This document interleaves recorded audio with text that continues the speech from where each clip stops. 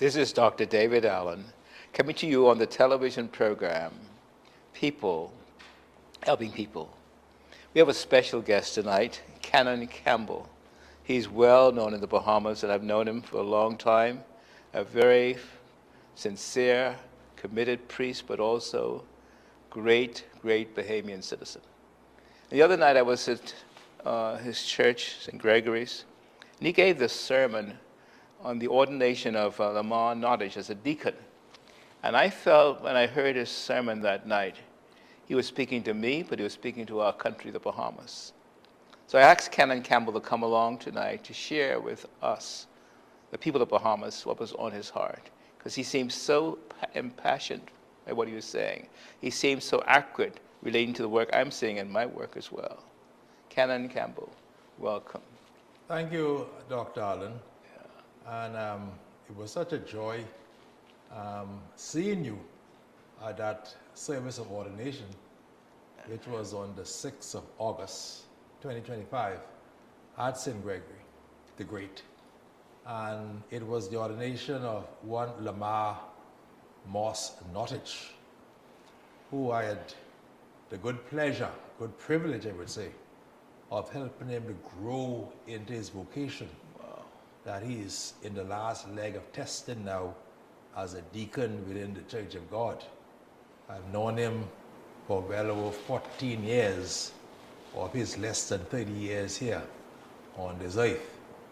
And so I was given the privilege by the bishop to preach, to give the sermon in order to give Lamar the charge for his ministry that he was about, ordained ministry that is, that he was about to take off in, and to rally the congregation to support him as he set sail into the ordained ministry.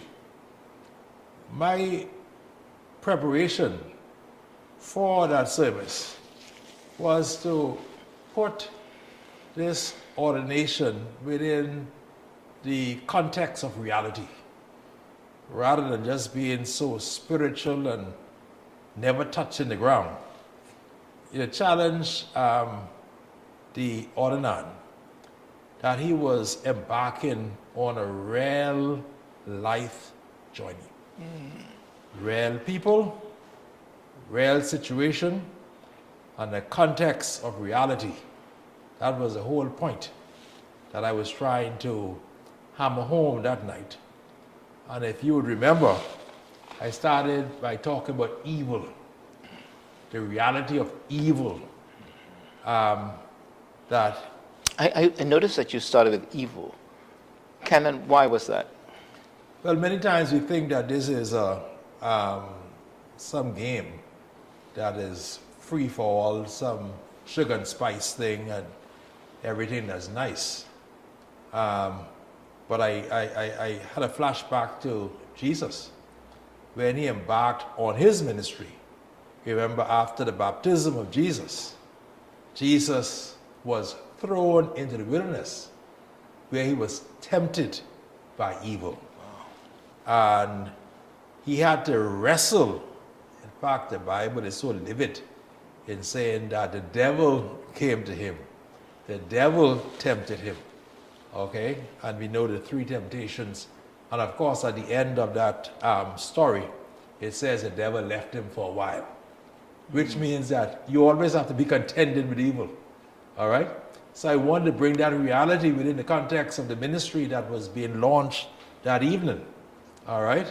And I used it was a joke really, in order to bring reality to it, that persons within the context of the church, regardless of how high they climb within the church. And we talk about in the church the vestry, that is the governing council of the church, the different organizations of ministries within the church, women's ministries, the men's ministries, the youth ministries, etc. We have to realize that everybody is not doing ministry for the same reason, and that the devil will easily use persons within ministries to tempt, to destroy, to derail, And So you were warning the young priest, be careful. be careful. And I use the term honeymoon, all right? Meaning what? That as he started that night, look around, 300 persons in church. Everybody smiling and looking pretty. And everybody will hug you afterwards too, all right? This is a honeymoon. Enjoy this honeymoon period. Because after this honeymoon, which normally lasts about a year within the context of reality, because really and truly for the first year, you are placed under someone. And normally the man on top is the one who catches the fire while you've been trained. But the time comes when you have to step out on your own. So after 1 year of training as a deacon, you're expected soon to go into your own ministry, parish life, etc. And so the honeymoon is real. This is part of life. But prepare for the reality after the honeymoon. It's there. And this evil, Canon, is overt or covert? Overt. The evil you're talking about, is it overt or covert? Overt. Yeah.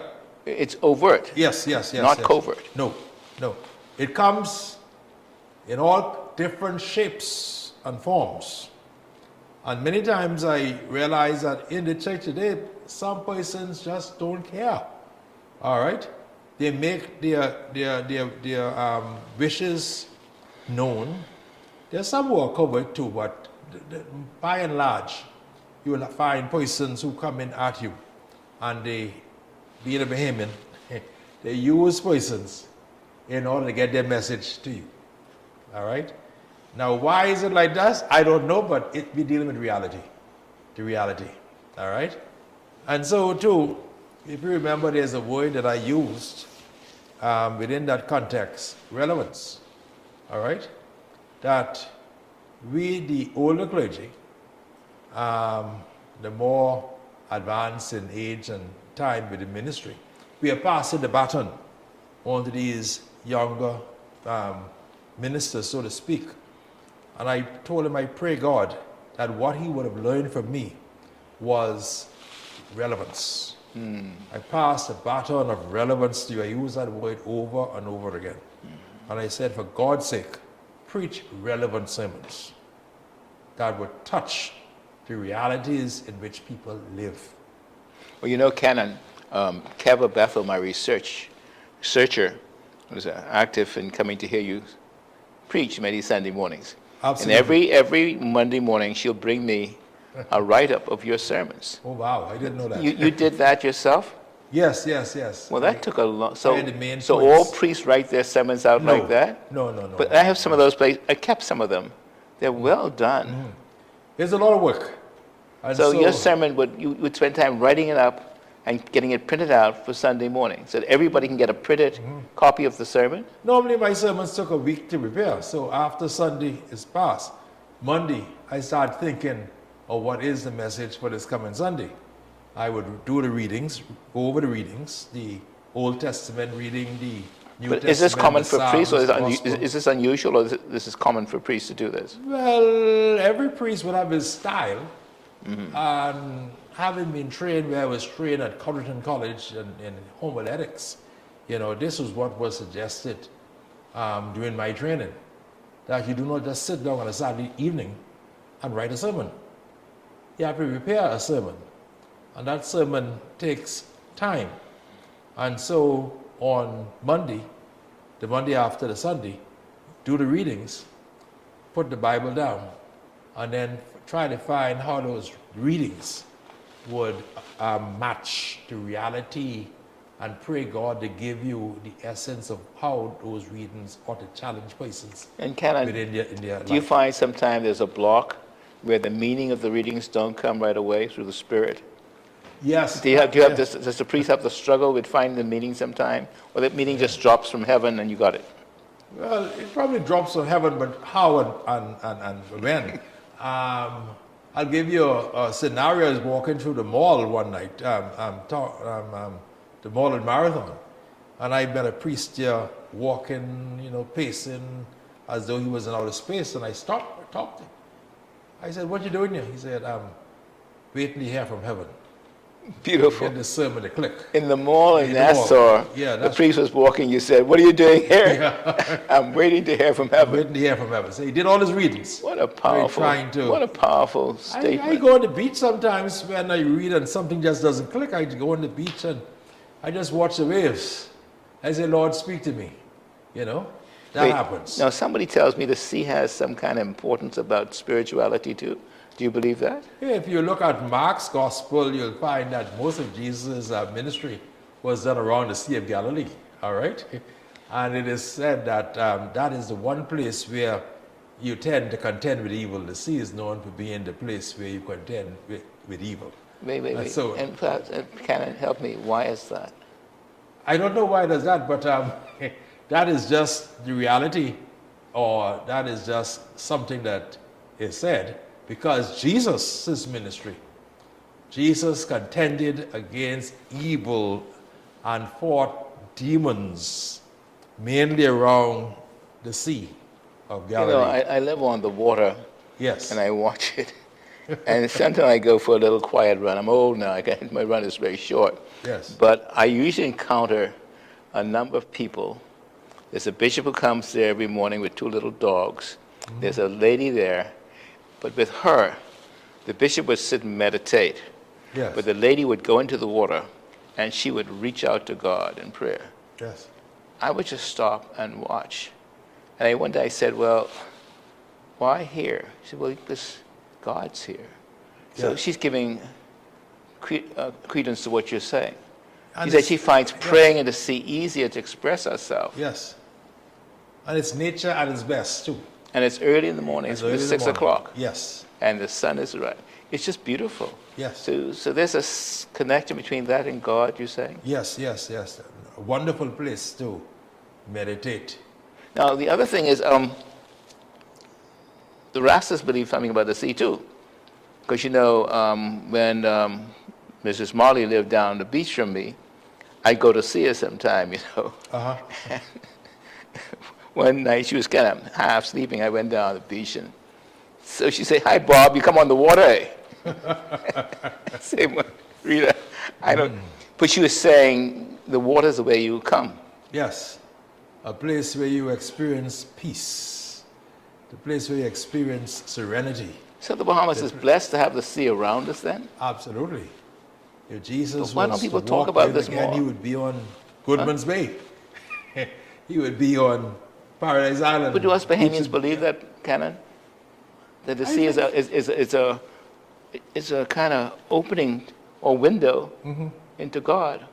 Yeah, I think it's just something natural. All right? It's something that just comes to you naturally. And it's such a blessing. More Bahamians need to realize the blessing, but many Bahamians do. Thank God. You know, that's where you all run off on holidays, on Saturdays, time off. But you're saying the sea is a place for meditation and prayer. Yes. Wow. And I've sat down and asked God to speak to me many times for a message. Just there looking at the sea, rolling in and going out.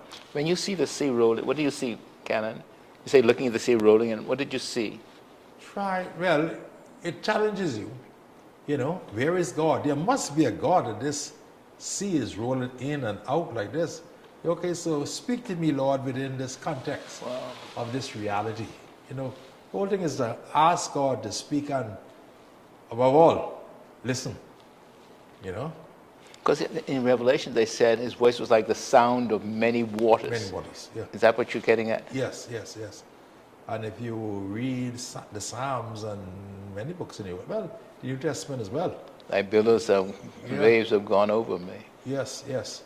You know, you can't help but leave with a powerful message. So are you saying There that must be the a Bahamas has a special vocation then, being placed in the sea as islands, and maybe we have an extra opportunity to know God?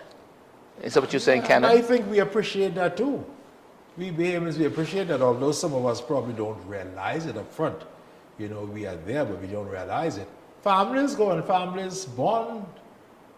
around the sea. Well, we right? get drunk with the spirit down by the sea, but you know, I don't know which spirit, but we do get drunk with the spirit down by the sea. Yeah. And they say Kentucky Fried and alcohol beer tastes better by the sea. Now, I don't know. Well, if that's the truth of the Spirit as well. maybe everything tastes better by the sea. Try sucking a piece of sugar cane, not the sea or the sea. I do that a lot there. Especially growing up in Cat Island. That's where we go and we say eat cane, but really sucking cane in the sea. Taking ganep and eating ganep in the sea, all right? That's where we went to do all these things we just take for granted, you know? It's just a God-given gift that God has given to us. And can you say a bit to our people about that? Because I think we've taken it for granted, haven't we? Yes, because we were born into this. This is all we know, right? And the Bahamas, remember, the Bahamas is more water than it is land, all right? And so we always there, go on the family islands, go on any island, right? That's where the guys are going playing dominoes, man. Drinking the beers and everything else, all right? All right? It's this sense of peace, this sense of calmness. Serenity. There got to be a God, you know? Got to be a God in all this, all right? And thank God this beach is not a place for crimes right now. Pray God it doesn't happen, all right? What was that prayer for? Crime is not a crime, a place for crime, all right? It's a place for peace. That would be sacrilege. That would be, yeah. That's God's altar out there. And many churches. Wait, that's God's what? Altar. Explain. Okay, that's where God offers himself. The altar is where the offering is made. God offers himself. And if you would note, and that's both ways. We offer to him, he offers to us. Yes, living sacrifice. Many churches, many, I want to say all churches, many churches go out there at least once a year around the Bahamas in order to have a service on a Sunday. Maybe that's a good idea. You're saying that's a good idea? Great idea. We've been doing it. You take a look around the Bahamas, and it's a big day. The congregation doubles, triples. On beach day. On beach day. On beach day. Oh, and they all there. Then we go to the regular peas and rice, potato salad is good too. Oh, every day. Every day. When we go to the regular church building, after an hour, 2 hours, we won't go home. When they go there to do church, they're there from morning till night. Wow. That's what the church is. So the sea is our blessing. That's a blessing. Great blessing. Yes. Wow, that's a powerful. Absolutely. And do we give God thanks for that? We need to use it more often. We probably need more than one beach day. Most churches have one beach day. We need more than one beach day. It draws people. And persons who normally wouldn't come to church, that's the day they come to church. You know? So I don't know, most of the mainline churches do it, I don't know who else, but it happens around the Bahamas. It happens. You know? And you know, Isaiah says something about the islands of the sea. Do you think the Bahamas is blessed because we're the islands of the sea? Isaiah might be thinking about the Bahamas, who knows? No, yes. Kenan, you're joking, or you? Well, there's a song I know you're inspired, but there's a song that says, "The good Lord never went on holiday. Why did he make Bahamas? If the angels never came down to play, why did he make these islands?" So, yes, we can get emotional about it. Well, that's very deep, Kenan. It's God's gift to us. And see how our flag symbolizes that? Aquamarine. The flag is mostly aquamarine. You know, 2 slots of it. So it's a message to the world of the waters that God has given and blessed us with. All right? So I was trying to put the message within this context of the reality in which we live. All right?